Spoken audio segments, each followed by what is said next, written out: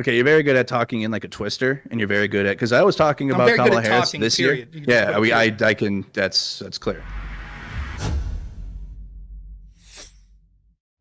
Andrew, thanks so much. Can you hear me, sir? I can. Sorry, I was listening to the stream on loud, so I made sure that I was ready to go. Thank you. Hey, so what's on your mind tonight? Oh no, it's just I'm disagreeing. You had your VP debate call-in show. Yeah. Just listen to the last listener. How many rubles are you getting paid after that one? No, you know me, man. The problem is here in rural Pennsylvania, it's hard to find an exchange market. So, I don't Oh, know. I just keep them as sort of souvenirs.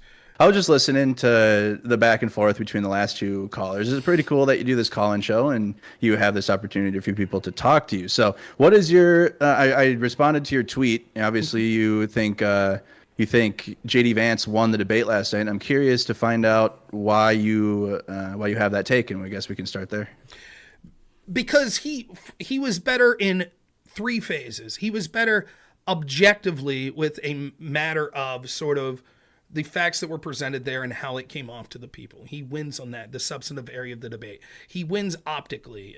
Walz comes off as nervous. Vance came across as very likable. Walz was even agreeing with him many times. He wasn't the weird demon that the media and the Democrats have tried to portray him as. And so he came across as far more confident, as even you see many Democrats acknowledging. But the third and most important reason is because these debates aren't about who objectively wins in a sort of factual manner who wins on the substance. It's about having a goal and trying to achieve it. The goal for Walz was to try to paint JD Vance as being the yes man to Donald Trump, who is a crazy authoritarian dictator that wants to take away women's right to choose and will end democracy as we know it. He didn't do a very good job of that. Even you see Democrats that are acknowledging that they think that he should have attacked him way more. I don't think he did a good job of that. The goal of JD Vance was to finally label a Harris Walz administration or campaign that's basically been all but hiding from the American people, to label them as what they were, which is just an extension of the Biden administration. They're trying to run a campaign of change when they're the de facto incumbents.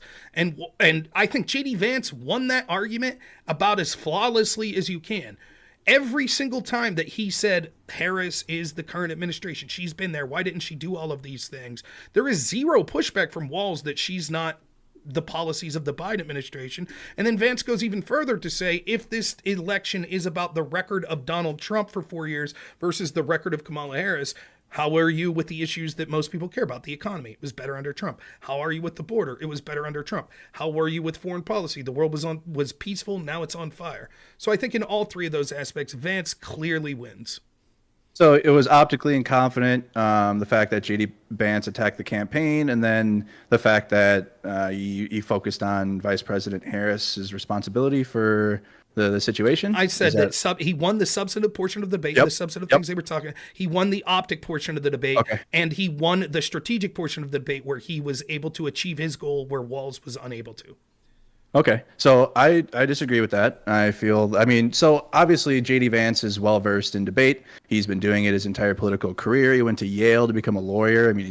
I even said this when I was reacting to it, that on presentation, JD Vance is going to sound better because he's more experienced with the debate structure itself. I mean, this is Tim Walz's very first national debate. He wasn't in there really to attack JD Vance. He was more in there to relay the policies and principles of Kamala Harris, and I actually think he did a very good job of that. I think Tim Walz stumbled in the early portion of the debate in the first question because it was a very loaded question. I mean, if me and you were asked that Middle Eastern question, me and you would likely stumble on this. I would admit to that. Like, I'm a pretty good debater. You know what I mean? Exactly. So I for know for a fact. How could you not know stumbled. that question was coming, given that there was an attack that day? That would have been the first question that I was prepared for. So I don't agree with the, your. But I feel it though. But he wasn't also prepared for the same day news of China. So it showed for both instances that while the news was coming out for the day, I mean, he was prepared to relay Kamala Harris's policies and legislation. Not to interrupt you, but I'm unaware. What same day news of China?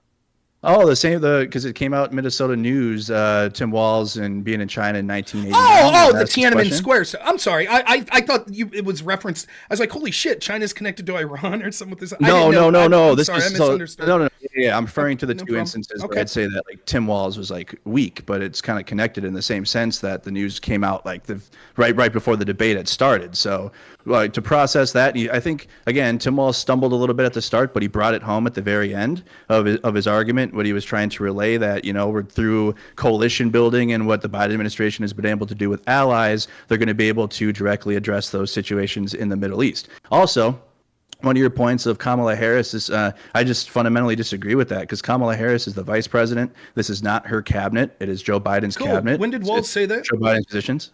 Say again. When did Walz say that? No, I'm disagreeing with your second point. Oh, or no, what maybe it you're was the doing is third no, point. what you want to have a debate about whether or not the things I'm saying that I believe about Kamala Harris being connected to the Biden administration. No, is these true are your or not. debate What- points. No, These are your point debate is you apparently, this is what I thought you were doing. You were going to say that you thought that Walz won the debate, and now you're making arguments that Walz never made. Walz all but conceded that Kamala Harris was there and it was her administration. He all but conceded that. So for you When did he do saying that? When did he do that? every single time that JD Vance said Harris has been there, Harris is part of this administration, she was there. There was I believe zero he flat pushback. out. I believe he didn't push back because it's not her administration. It's But he Joe Biden's didn't push administration. back. So you just say so your argument is everybody knows that's not true, so he doesn't even have to respond? That's ludicrous. No, my argument is that Kamala Harris is the vice president of the United States. It's Walz not her didn't cabinet. make that It's argument. not- Walz didn't make that argument. And He didn't have to. He did not have to because it's common knowledge. It shows that you're so unobjective in looking at this debate that you're literally putting your own bias in it and saying that That's not a- Walz did sir, well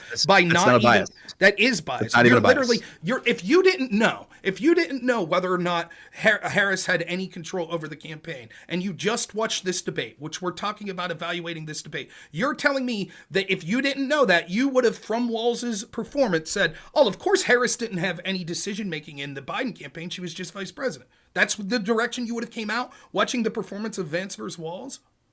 So you're judging the debate performance based on the lowest informed voter, like completely like No, it's not the lowest informed voter. One, I'm That's- judging that's the argument you're That making. is not. It's not for two reasons. One, I'm judging the debate performance based on the debate performance and not the bias that you're bringing in from outside. And second, I'm it's not not the bringing a lowest bias. informed voter because the Harris administration that is hidden, or the Harris campaign that's basically hidden from the American people and for adversarial press, etc. She is trying to run a campaign that says she takes credits for the good things that happened under the Biden administration, and you even have Biden out there saying she was the last person in the room. She had authority. She was great. She helped me with Afghanistan. She helped me with the border, saying all of this stuff, and then simultaneously saying, but I'm the candidate of change. Never once has she said, actually, I disagreed with the policies of Biden. I think this policy was a mistake. I would have done things this way. She's been more than happy for 3.5 years to have the impression that she was one of the last people in the room that was helping coming up with these decisions. She had Biden saying that. She had the media saying that. She was saying that. She's continued to run on that.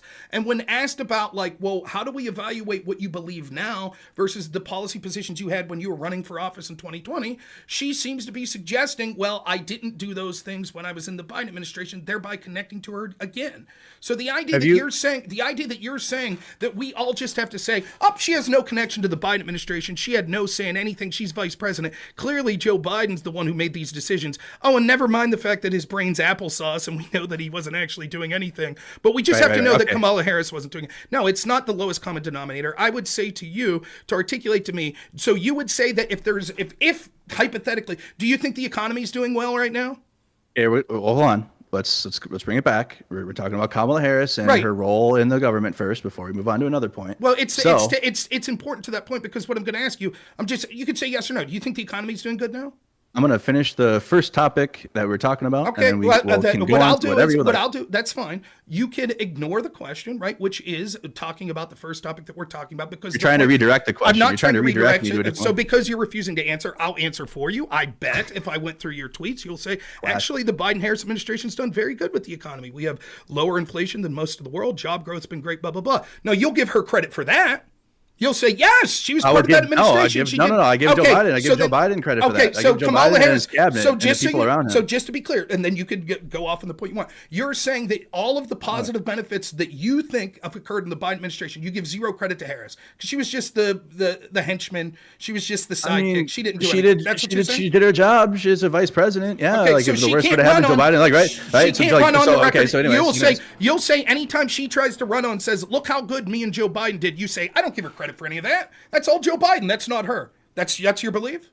It's Joe Biden. It's Joe Biden's Okay, administration. I It's his think you're cabinet. lying. It's his I think positions. that's not. I think that's not. I mean, Joe I think Biden that's picked not the Kamala Harris argument as you would VP. make. I think, No, I it think is. you're lying. No, it's 100%. I think you're Absolutely absolutely not. So yeah, I just want to be clear. If I would go through your Twitter or through any videos that you've done, Do what you you've have never to do. said. You have never said since Harris has been the candidate. You have never said actually Harris is part of this administration. They're doing great in the economy. They're doing great with the border now. They're doing great. You've never made that argument. You're telling us. Hey, Can can I let me do my thing here? Can I talk? All right? Sure. I'm gonna talk now. Awesome.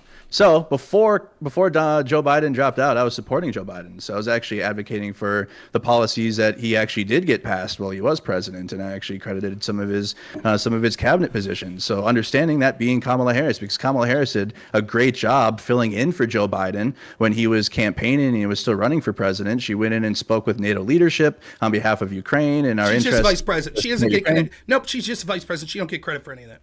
Next. That's not the argument. Oh, so she gets credit for the things that you think were good, but when I say, oh well, I'm judging Harris, her actions. I'm judging her direct actions. Like Kamala Harris went to that summit and spoke to NATO leaders, and then on behalf Russia of the invaded United like States. 3 days later. And did what? And then Russia invaded like 3 days later. That one? No, what are you talking about? That like was, when she that was went to this- Ukraine and she was going to sit there and What like do you- sort of. Like, No, come what on, do you? Okay, yes. Whoa, what is that? What is Whoa, that? whoa, No, whoa, no, okay, whoa, no, you explain this. You Holy explain this. shit! Whoa, explain this. Like Kamala Harris went over to Ukraine and talked to them, and then like 3 When days was later, this? Russia. Like 3 days before Russia invaded. Whoa, yeah, that happened. Sorry, you weren't informed. No, I am referring to Kamala Harris going to the summit this year, the Global Peace Summit. I'm not sure what you're talking about. You're talking about 3 days before the war? Yes. So you're talking about something that I'm not talking about. I'm talking about Kamala Harris's actions filling in Right, for her Joe actions Biden are when he was her actions. campaigning for the election this What year. you're talking about is the action she took when she directly talked to other world leaders. And you're talking specifically about when Joe Biden was campaigning. But it would be intuited then that you would say anytime she was taking actions when she was talking directly to world leaders that you would hold her responsible for that, correct? Or is there a reason that you give her credit when she was talking to world leaders, but only when Joe Biden was campaigning? When Joe Biden wasn't campaigning and she was directly talking to world leaders, you don't give her any credit. Because Joe Biden was talking to the world leaders and Joe Biden's cabinet. And I have disagreements with positions inside of Joe Biden's cabinet and the State Department. I make that well known and I talk about it on my stream. But when Kamala Harris is making these decisions and she's representing the United States, she's done very, very well. So which just is why to be clear, what your position here is, when she goes over and talks to world leaders in 2022. That's not really her. That's just her as the cabinet of Joe Biden. Okay, let me finish. So we're talking about 2022. Let me finish. But once Joe Biden starts campaigning, now it's no longer that she's a member of the cabinet of Joe Biden. Now it's her making the decisions. So we could give her credit, but it only counts when Joe Biden's campaigning. Can you explain to me? So what you're telling me is the policies and the decisions that were made while Joe Biden was campaigning weren't the policies of Joe Biden. Those were the individuals that were operating because Joe Biden was out to lunch because he was running his campaign. Is that what you're telling us? I'm not even sure where you're at with the argument you're making here. I'm making a simple argument. If you're going to say we give Kamala Harris credit when she talks to world leaders and it had a positive outcome, it seems that where's the negative one? What's the negative one? Well, like for example, a few days before Russia invaded, she went over and was trying to broker. So you just say it. You're blaming Russia's invasion of Ukraine on Kamala Harris. No, I'm saying it was clearly a failure when she was the point person that was designed to sit there and stop sort of an invasion occurring, and it happened. That's not what her position was. Her position was to try to get us. What was her position? Her position was to prepare the United States to aid Ukraine in the upcoming Russian invasion that was planned, and that Russian bases that's your in argument. Belarus. So 3 days before she went there, she said Russia's the invasion's imminent. That's what she was saying. Can you show me evidence of that? Oh, of course. Cool. I mean, I can link it to you. Sure, link. I'll do it after the stream. Cool. Is that the position you're taking though? Like, what is this? I'm taking what the is your position on Kamala Harris with this? I'm taking the position of the Harris position, which is when things seemed rosy, she was running on, I was there, I'm making these decisions. I'm taking the Joe Biden position. She's the last person in the room. She was integral to these policies. I'm saying that those policies, when it comes to the economy, to the border, to foreign policies, were way worse than the Trump administration, and she should be held accountable. And J.D. Vance did a tremendous job of accomplishing that in this debate with no pushback of Walz. And you're trying to pretend that you're looking at this debate objectively, and the reason that you're saying that he should not get credit for that that is because you just objectively know she was VP and didn't have any connection to all that stuff, except the things that selectively you think were good. And then you say, actually, VP Harris should get credit for that, but she shouldn't be punished for the policies that she was part of this administration because she's just VP and doesn't have connection. Okay, you're very good at talking in like a twister, and you're very good at, because I was talking about Kamala Harris this year. Yeah, I can. That's clear. So Kamala Harris met with world leaders on 2 instances that you referenced in 2022, and then I referenced this year before the election, like that because of the Global Peace Summit, and those are 2 instances where Kamala Harris. Okay. 2 instances where Kamala Harris represented the United States for our interests to help Ukraine. Now, how are you equating that to Kamala Harris apparently like runs the country and it's her administration and all of the responsibilities that have fallen under the Joe Biden administration are somehow just all responsible for Kamala Harris? Like, how is that connected? What is the powers of the vice president? Can you tell me that? Right. So first off, I can tell you that Joe Biden almost did nothing. His entire administration, his brain's applesauce. Okay, that's you asked the question. Would you like me to answer? So the idea, and we're basically being told now that we all but know that even though Joe Biden's not cognitively all there, it's okay because actually the show's ran by people behind the scenes anyways. So to that extent, there's no reason that we shouldn't look at the second in command and say that they're responsible as an integral part of that administration, particularly that's when a bias. That's bias. You can say that's bias. That's fine. You asked me the question, and I'm going to answer. Right. Particularly then, when we see that Harris herself is trying to connect herself to the Biden administration and has done so for 4 years, saying that, and Joe Biden has done the same, saying that she was integral and she was involved with all these policies, everything from economics to the border to foreign policy, as you're saying now. You're trying to differentiate and saying, no, we should ignore all of that because we've been lied to. And you know this, the American people don't buy the argument. No, I disagree with that. Let me finish. I'm not in your world. The American people, you could say you're not in my world, but the polling is quite clear on this. The American people, when it comes to the issues that they think are the most important, such as the economy and the border, think that the Trump administration was better than the Harris-Biden administration. And so that's despite the fact that we've been gaslit for how secure the border was for 4 years and how great you trust polls. You trust polls? No, I don't think that they're entirely true, but I trust them directionally. And I think that it's the proof's also not just in the poll, but how you see the reaction. The fact that even you are trying to run from Harris being connected to the Biden administration shows that you and the Democrats I'm literally not, though. It shows that you and the Democrats know that if it's a referendum on how is the economy in the border under Trump versus how is the economy in the border under Harris-Biden, that Trump wins that. The Democrats know that. You know that. All of us know that.